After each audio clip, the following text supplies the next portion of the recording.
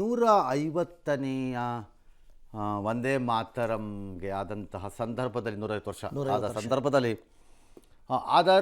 ಅದನ್ನೇ ಒಂದು ರೀತಿ ಬ್ಯಾಕ್ಗ್ರೌಂಡರ್ ಆಗಿಟ್ಟುಕೊಂಡು ಆ ಪರಿಕಲ್ಪನೆ ಮತ್ತು ಆ ಥೀಮ್ನಲ್ಲಿ ನಡೀತಾ ಇರುವಂತಹ ಈ ಬಾರಿಯ ರಿಪಬ್ಲಿಕ್ ಡೇ ಪೆರೇಡ್ 2-3 ವಿಚಾರಗಳಲ್ಲಿ ಸ್ವಲ್ಪ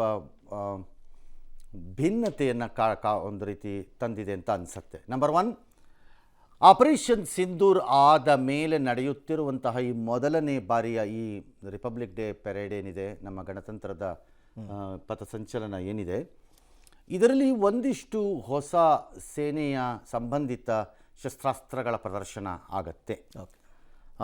ಎರಡನೇದು, ರಾಜಕೀಯವಾಗಿ ನೆರೆ ರಾಷ್ಟ್ರಗಳಿಗೆ ಸಂದೇಶ ಕಳಿಸುವುದಕ್ಕೆ ಈ ಬಾರಿ ಒಂದು ರೀತಿ ಫಾರ್ಮೇಷನ್, ಅಂದರೆ ನಮ್ಮ ಇಡೀ ಅಲ್ಲಿ ಬರ್ತಾ ಇರೋಂಥ ತಂಡಗಳೆಲ್ಲ ಯುದ್ಧಕ್ಕೆ ತಯಾರಿ ಆದಾಗ ಹೇಗಿರುತ್ತವೆ ಅನ್ನೋದನ್ನೇ ಬಿಂಬಿಸುವ ಫಾರ್ಮೇಷನ್ ಬೇಸ್ಡಲ್ಲಿ ಈ ಬಾರಿಯ ಪಥಸಂಚಲನ ಇರುತ್ತೆ ಅಂತ ಹೇಳಿದ್ದಾರೆ. ಮೂರನೇದು,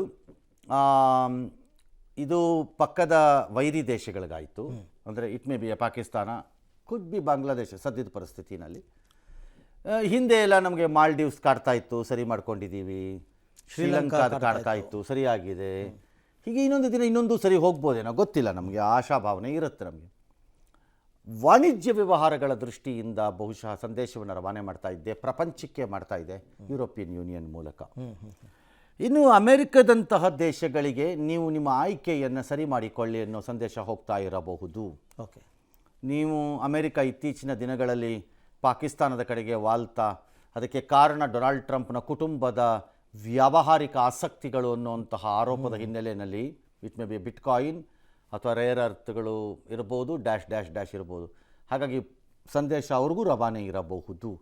ಅಮೆರಿಕದ ರಾಯಭಾರಿಯಾಗಿ ದೀರ್ಘಕಾಲದ ನಂತರ ಬಂದಿರುವಂತಹ ಹೊಸಬರು ಕೂಡ ಇವತ್ತಿನ ರಿಪಬ್ಲಿಕ್ ಡೇ ಪೆರೇಡಲ್ಲಿ ಮೊದಲ ಬಾರಿಗೆ ಅವರು ನೋಡ್ತಾರೆ. ಪಾಕಿಸ್ತಾನ, ಸೌದಿ ಅರೇಬಿಯಾ ಮತ್ತು ಟರ್ಕಿಯ ಜೊತೆ ಸೇರಿಕೊಂಡು ನ್ಯಾಟೋ ಮಾದರಿನಲ್ಲಿ ಒಂದು ಮಿಲಿಟರಿ ವ್ಯವಸ್ಥೆಯನ್ನು ಬಲಪಡಿಸುವ ಯತ್ನದಲ್ಲಿದ್ದಾಗ ಭಾರತ ತನ್ನ ಮಿಲಿಟರಿ ಶಕ್ತಿಯನ್ನು ತೋರಿಸಲೇಬೇಕಾಗಿದೆ, ಬೇರೆ ದಾರಿ ಇಲ್ಲ. ಅಲ್ಟಿಮೇಟ್ಲಿ ಭಾರತವೇ ತನ್ನನ್ನು ತಾನು ಕಾಪಾಡ್ಕೋಬೇಕು ಅನ್ನೋ ಸಂದೇಶ ಎಲ್ಲರಿಗೂ ಗೊತ್ತಿರಬೇಕಾದ್ದೇ. ಹೌದು, ನಮ್ಮ ನೆರವಿಗೆ ಪಾಕಿಸ್ತಾನಕ್ಕೆ ಬಂದ ರೀತಿಯಲ್ಲೋ, ಸೌದಿ ಅರೇಬಿಯಾ ಅಥವಾ ಟರ್ಕಿ ಅಥವಾ ಬೇರೆ ರಾಷ್ಟ್ರಗಳಿಗೆ ಬಂದ ರೀತಿ, ಯುಕ್ರೇನ್ಗೆ ಯುರೋಪ್ ಬಂದ ರೀತಿಯಲ್ಲೋ, ಗ್ರೀನ್ಲ್ಯಾಂಡ್ಗೆ ಯುರೋಪ್ ಬಂದ ರೀತಿಯಲ್ಲೋ, ನನಗೆ ಗೊತ್ತಿಲ್ಲ ಆ ರೀತಿ ನಮ್ಗೆ ಯಾರು ಬರೋರು ಇದ್ದಾರೆ ಅಂತ ನಾವು ಅಂದ್ಕೊಂಡಿಲ್ಲ. ಹಾಗಾಗಿ ನಮ್ಮನ್ನು ನಾವೇ ನೋಡ್ಕೋಬೇಕು. ಹಾಗೆ ನೋಡಿದ್ರೆ ನಮ್ಮ ಅನಿವಾರ್ಯತೆ ಬೇರೆಯವ್ರಿಗೆ ಆಗೋ ರೀತಿಯ ಪರಿಸ್ಥಿತಿ ತಂದುಕೊಂಡ್ರೆ ಆಗಬಹುದು ಅಂತ ಅನ್ಸುತ್ತೆ. ಅಮೆರಿಕ ಮೇಲೆ ಇನ್ನೂ ಆ ಪರಿಪ್ರಮಾಣದ ಡಿಪೆಂಡೆನ್ಸಿ ಇದೆಯಾ ಸರ್, ನಮ್ಮ ದೇಶದ್ದಾಗಲಿ ಯುರೋಪಿಯನ್ ಒಕ್ಕೂಟದ್ದಾಗಲಿ? ಅಮೆರಿಕದು ಪ್ರಾಬ್ಲಮ್ ಅಂದರೆ ವರ್ಲ್ಡ್ ಆರ್ಡರ್ನಲ್ಲಿ, ವಿಶ್ವದ ವ್ಯವಸ್ಥೆ ಒಳಗಡೆ ಅಮೆರಿಕಾದಂತಹ ಇಂಪಾರ್ಟೆಂಟ್ ದೇಶ ಇನ್ನೊಂದಿಲ್ಲ. ಓಕೆ, ಅದು ಇಲ್ಲದೇನೆ ಇರ್ತೀವಿ ಅನ್ನೋ ಸ್ಟೇಜಲ್ಲಿ ಯಾರೂ ಇಲ್ಲ. ಎಷ್ಟರ ಮಟ್ಟಿಗೆ ಇರಬೇಕು ಅನ್ನೋದ್ರ ಮೇಲೆ ಹೋಗುತ್ತೆ. ಇಲ್ಲದೇನೆ ಇರ್ತೀವಿ ಅನ್ನೋ ಸ್ಟೇಜಲ್ಲಿ ಇರ್ಬೋದು ಕೆಲವರು, may be Iran, may be Yemen, may be Russia, ಈ ಥರದವ್ರು ಇರ್ಬೋದು, ಅವ್ರಿಗೂ ಡಿಪೆಂಡೆನ್ಸಿ ಇದೆ. ಓಕೆ, ಹಾಗಾಗಿ ಅದು ಡಾಲರ್ನ ವ್ಯವಸ್ಥೆ ಒಳಗಡೆ ಸಿಗಾಕೊಂಡಿರೋಂಥದ್ದೆಲ್ಲ. ಆದರೆ ಭಾರತ ಒಂದು, ನಮ್ಮ ವಿಪರೀತ ಸಂಖ್ಯೆಯಲ್ಲಿ ಭಾರತೀಯರಲ್ಲಿದ್ದಾರೆ ನಮ್ಮದು. ಎರಡನೇದು, ನಾವಿಬ್ಬರು ಡೆಮಾಕ್ರಸಿಗಳು. ಹೌದು. ಮೂರನೇದು, ನಮ್ಮದು ಅವ್ರದ್ದು ಭಾಳ ದೊಡ್ಡ ವಾಣಿಜ್ಯ ವ್ಯವಹಾರ ಇಲ್ಲದಿರಬಹುದು. ಓಕೆ, ನಮ್ಮಿಬ್ಬರದ್ದು ಸುಮಾರು ಒಂದು $90 ಬಿಲಿಯನ್ ವ್ಯವಹಾರ ಇದೆ ಈಚೆಗೂ ಆಚೆಗೂ, ನಮ್ಮಿಂದ ಅವರಿಗೆ, ಅವರಿಂದ ನಮಗೆ ಒಂದು $40-45 ಬಿಲಿಯನ್ ಇರಬಹುದು.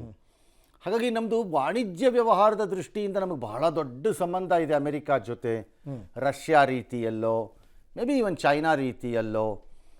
ನಮ್ಮ ಎರಡನೇ ಅತಿ ದೊಡ್ಡ ವಾಣಿಜ್ಯ ವ್ಯವಹಾರಗಳನ್ನು ನಡೆಸ್ತಾ ಇರೋಂಥದ್ದು UAE, ಯುನೈಟೆಡ್ ಅರಬ್ ಎಮಿರೇಟ್ಸ್, ಅತಿ ದೊಡ್ಡದಾದಂಥದ್ದು. ಚೈನಾ ಬಿಟ್ಟರೆ ಅವರೇ ನಮ್ಮದು ಅತಿ ದೊಡ್ಡದಾದಂತಹ ವಾಣಿಜ್ಯ ವ್ಯವಹಾರ ನಡೆಸ್ತಾ ಇರೋದು. ಆ ರೀತಿನೋ ಡಿಪೆಂಡೆನ್ಸಿ ಇಲ್ಲ ನಮಗೆ. ಅದು ನಾನು ಹೇಳೋದ್ನಲ್ಲ, ಮೊದಲೇ ನಿರ್ಧರಿತ ಮಿಲಿಟರಿ ಶಕ್ತಿಯಿಂದಾಗಿ. ಹೀಗಾಗಿ ಅಮೇರಿಕ ನಮಗೆ ಇಂಪಾರ್ಟೆಂಟ್ ಅಲ್ಲ ಅಂತಲೂ ಹೇಳೋಂಗಿಲ್ಲ, ಇಲ್ಲ ಅಂತಲೂ ಹೇಳೋಂಗಿಲ್ಲ. ಹಾಗಾದರೆ ನಮ್ಮ ಸೈನ್ಯದ ಶಕ್ತಿಯನ್ನು ಎಲ್ಲ ರಾಷ್ಟ್ರಗಳಿಗೂ ಈ ರೀತಿ ಓಪನ್ ಆಗಿ ಪ್ರಚುರಪಡಿಸ್ತಕ್ಕಂಥದ್ದು ಎಷ್ಟು ಮಟ್ಟಕ್ಕೆ ಸರಿಯಾಗುತ್ತೆ ಸರ್? ನಿನ್ನೆ ಡೊನಾಲ್ಡ್ ಟ್ರಂಪ್ ಒಂದು ಸ್ಟೇಟ್ಮೆಂಟ್ ಕೊಟ್ಟರು, ನಮ್ಮಲ್ಲಿರುವ ಶಸ್ತ್ರಾಸ್ತ್ರಗಳು ಜಗತ್ತಿಗೆ ಅರಿವೇ ಇಲ್ಲ ಅಂತ ಹೇಳಿ. ನಮ್ಮಲ್ಲಿರುವುದನ್ನು ತೋರಿಸುತ್ತೀವಿ ಅಂತೇನು ಹೇಳೋಕ್ಕಾಗಲ್ಲ.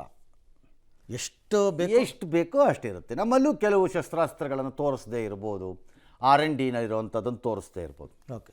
ಈ ಗಣರಾಜ್ಯೋತ್ಸವದ ಇನ್ನೊಂದು ಮುಖ್ಯಾಂಶ ಏನಾಗ್ತಾ ಇದೆ ಅಂತಂದರೆ, ಕಳೆದ 6-7 ವರ್ಷದಿಂದನೇ ಆಗ್ತಾ ಇದೆ ಇದು, ಆತ್ಮನಿರ್ಭರತಾ ಹಿನ್ನೆಲೆಯಲ್ಲಿ ಭಾರತ ದೀರ್ಘಕಾಲ ತನ್ನ ಶಸ್ತ್ರಾಸ್ತ್ರಗಳ ಪೂರೈಕೆಗೆ ಇತರೆ ರಾಷ್ಟ್ರಗಳ ಮೇಲೆ ಅವಲಂಬನೆ ಆಗಿದ್ದಂತಹ ದೇಶ.